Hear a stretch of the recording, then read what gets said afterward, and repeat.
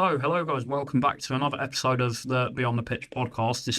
This first 10 seconds may have shocked you because this is not Daisy sitting in the host chair this week. It is, in fact, me. I've stepped up to main hosting duties. Alongside me as well is Mia. Mia, how are you? I'm good, thank you. How are you?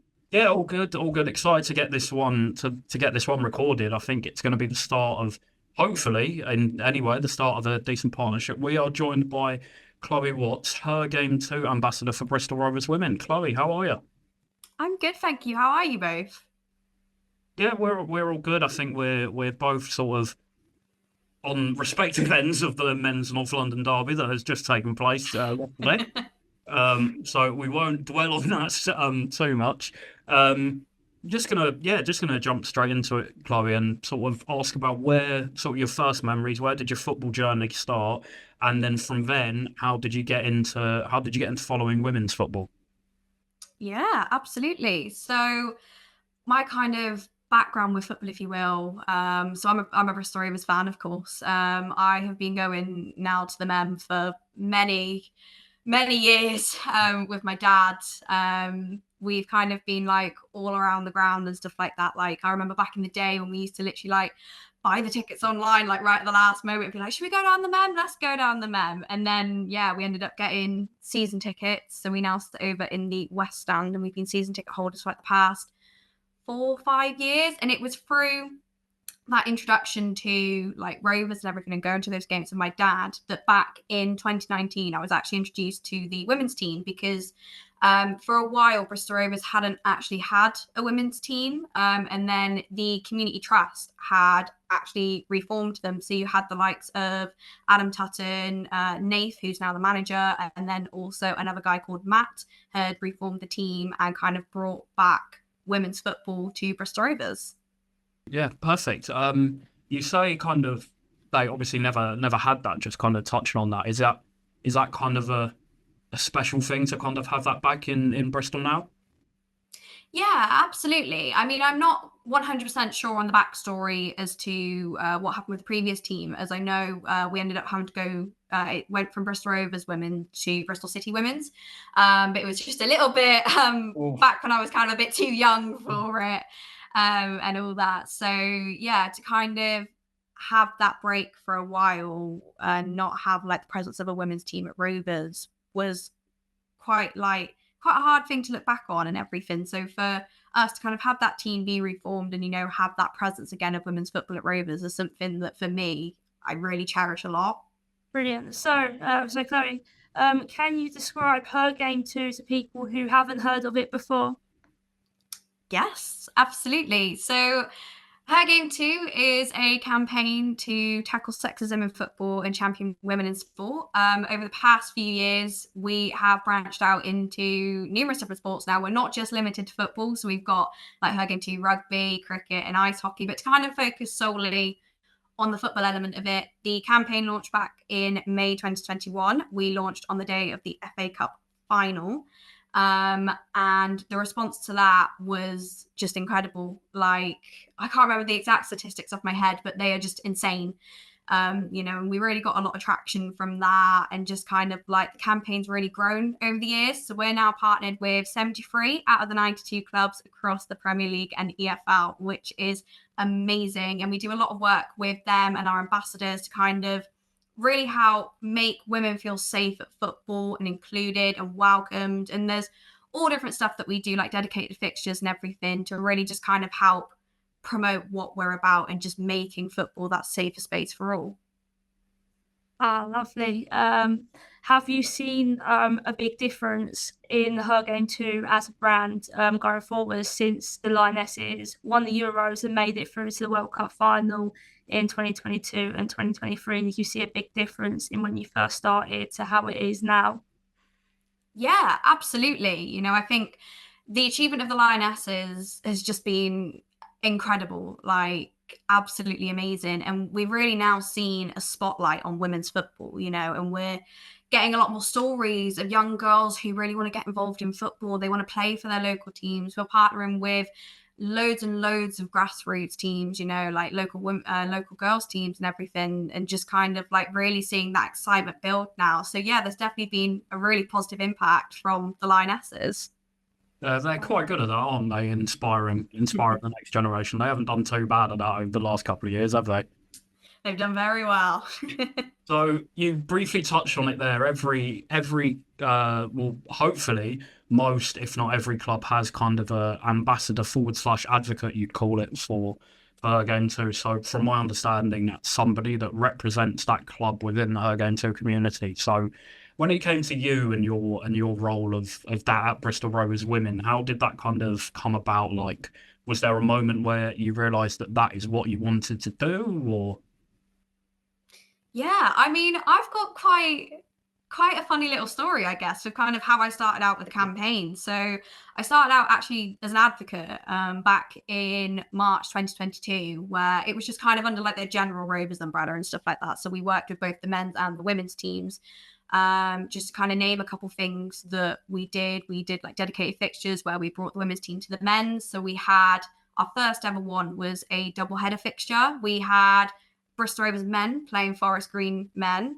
And then about an hour or two later, I think it was, we then had Bristol Rovers women playing Forest Green women in a friendly at the Mem. And we had well over 2,000 fans attending that game, which was absolutely amazing. So that we've done kind of little glimpses of work with them. And then, yeah, to kind of touch on my story, back in February this year, I was actually made an ambassador and I became the ambassador for Bristol Rovers women. And for me, it was one of the biggest honors, like, especially from the work that we had done with the women's team prior to me becoming the ambassador. It made me just so, like, proud to represent them and support them, you know, and like you just really get that buzz from it. So now to say that I'm their ambassador and I get to do even more work with them is incredible. And we've done like another dedicated fixture since, where again we hosted them at the Mem.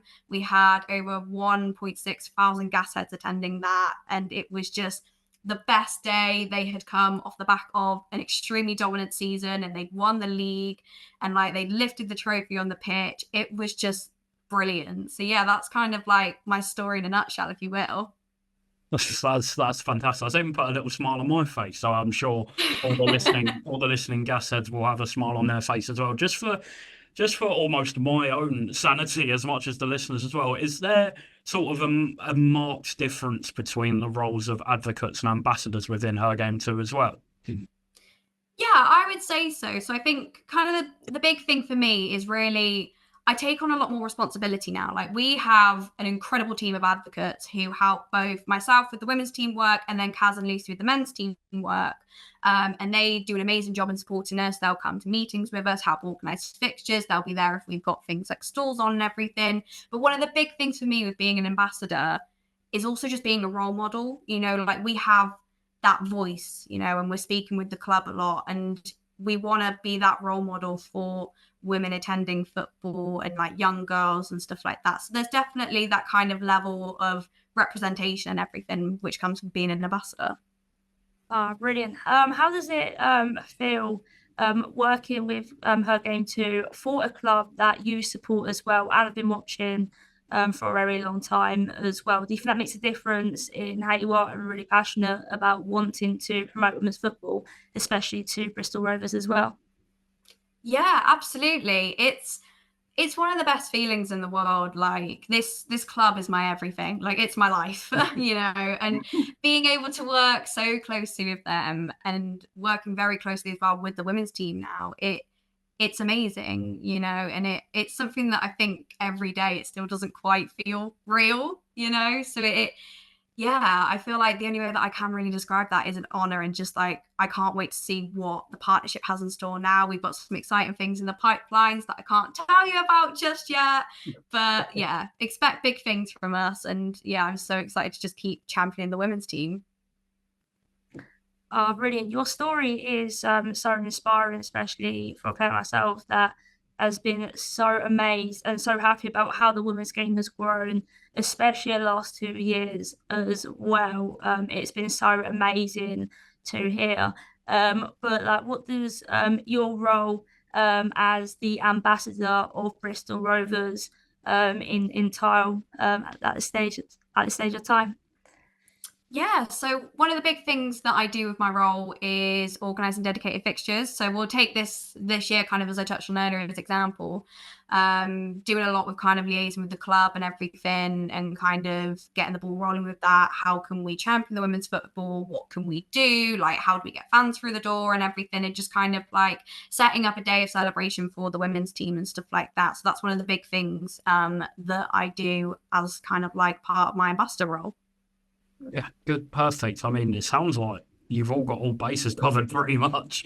Um, sort of touching from you mentioned as well, the club have had a pretty successful few years on the women's side on the pitch. Have you got like is there one memory that kind of stands out to you? You know, you mentioned the double header fixture. I'm also aware of there was a fixture at the men last season where was it? Am I correct in saying it was like a parade sort of fixture to win the league title or something? Is there kind of a moment? Yes, that was the one that the one from earlier this year that I got to lead on, yeah. Is that would you say is your best moment sort of following the team, or do you have another one that sticks out in your mind? Oh, I mean, I'd definitely say that the dedicated fixture was a highlight kind of with my involvement with her game too. That was my first chance to like lead on it and everything and really have that celebration. But as a fan, there's one memory for me that is always going to stick out in my head. Like I was thinking about it earlier and it still makes me laugh to this day. So it was towards the end of the 22-23 season, I believe it was, and the Gas Girls had got into a final. I believe it was the Southwest Regional Women's League Cup final. Bit of a mouthful, I know. Oh my good old mouthful from that level of English football, yeah. And I remember it was somewhere down in Dorset. I don't remember exactly where, but it was down there. And I'd gone along to go and support them in the final. I was joined by Kaz, who is obviously one of our lovely ambassadors. She's a director and founder of Her Game too as well. And then her boyfriend Ollie too from Gascast. So all three of us have gone down to go and support the team. We'd actually ended up going on the same coach as the women's team. So you had like all of them down the front and then us three as fans kind of like at the back with a couple more people. And we had like this giant Her Game 2 ex Bristol Rovers flag up the back out the window. Like we were going, being the hype people. And then the Gas Girls had won that game 4-0. Really dominant display from them. They were absolutely incredible. And the thing for me that sticks out about this is the trip back. So obviously we're all on the bus together. Like spirits are really high. Like they just won. And we ended up doing a bit of karaoke on the bus. So Livy Val, who was captain at the time, had this giant speaker led down in the gangway on the bus, and we had the microphone that like they'd use, I guess, for tours and everything, which obviously goes to all the speakers on the bus. And we were all there like singing away, Nate's doing renditions of like All Star. We had Libby Bow was doing some songs as well. I remember getting nominated by Nath to sing. So of course I did Prepare Yourself In. I did Mr. Brightside. Oh, what a shock that is.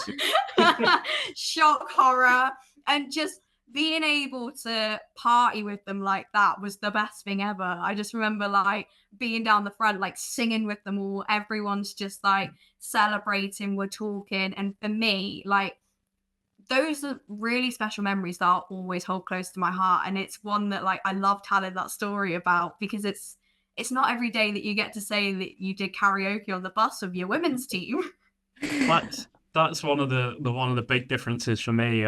Is the sort of, I guess closeness you'd like. I mean, you've seen some, you see after WSL games and things, and players going over for autographs and selfies, and they can't guarantee anything. But I think especially at the lower levels of the game, the sort of the relationships you have with these players and the staff is just something so different that you see. You don't even see at that level in men's football. I mean, I'm sure, Chloe, you can notice a difference even from when you first started going to nowadays in terms of these little girls would turn up and want to get a glimpse of their heroes, and I think that's what makes it so special.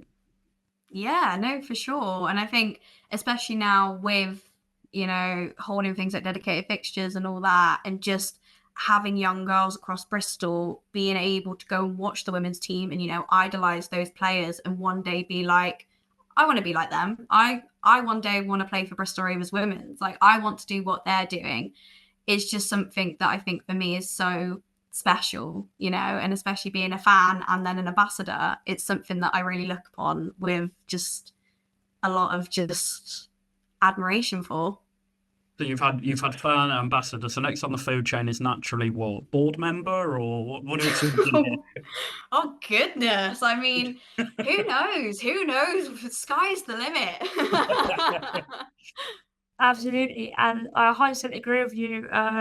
Seeing young girls coming in and supporting their teams and having people to now look up to in the women's game as well at any levels, and especially the like in the lower league as well. Like having that close connection to the players had such an impact on yourself. I would have had such an impact and a lovely memory for the players as well.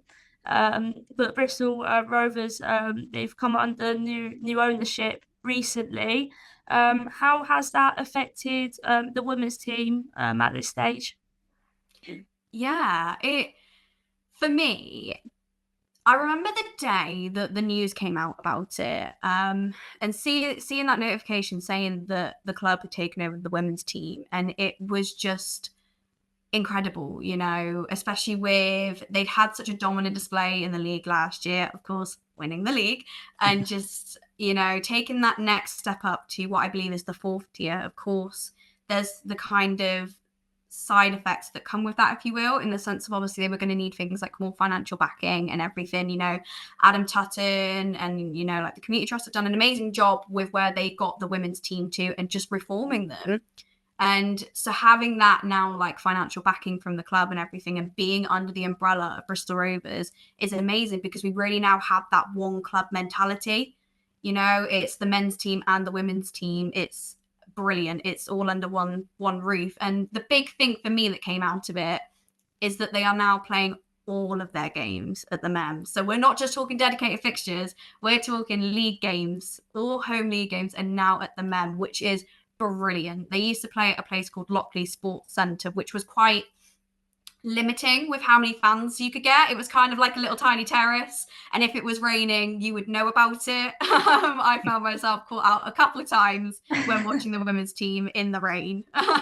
So it's great to have them at the MEM, because as well, then it encourages more gas heads through the door. You know, now their women's team, they're at home, you know, at the home of Bristol Rovers. They are now there, and we've got this amazing initiative on with season tickets as well. So season ticket holders for the men's can get free entry to the women's game, and it'll be really nice to just see that now really big increase in attendance and that promotion of the women's team. So it's been the best thing ever, and just having that one club mentality, like I mentioned, is just something that it makes me smile every single day. Oh, that is absolutely brilliant. I know how important it is that for the whole club, to be honest, to come together as a community, because that will help the women's team so much, also help the men's team so much. Have you already seen a difference in having all the women's games? I know it's so early on into the season, at the men's ground so far. Have you seen any big impact or anything that's quite different from last season? Yeah, I think for me, just seeing gas heads turning up in their numbers is brilliant. Obviously, I really hope that the attendance is just going to increase even more over the season and stuff like that. Something as well that sticks out in my head that has happened recently is we're now seeing with things like kit launches, the women's team are involved. So we had a mix of men's team and women's team players for both the away and home kit. Mitch and the team, media team at Bristol Rovers did an amazing job with that, and just kind of really seeing that showcase of the women's team is just brilliant. The club are really supporting them, pushing them, you know, and just kind of, for me, I'd just love to see even more gas heads now turning up to support their team week in, week out. Yeah, it's actually brilliant, and especially having it at the ground as well. Hopefully, that will get more people to come in. They know exactly where they're playing, and they'll really have that great experience of watching quite a lot at the men's game. Do you have any aim that you want to have at the end of the season for the women's team in terms of attendance, fan base, and everything?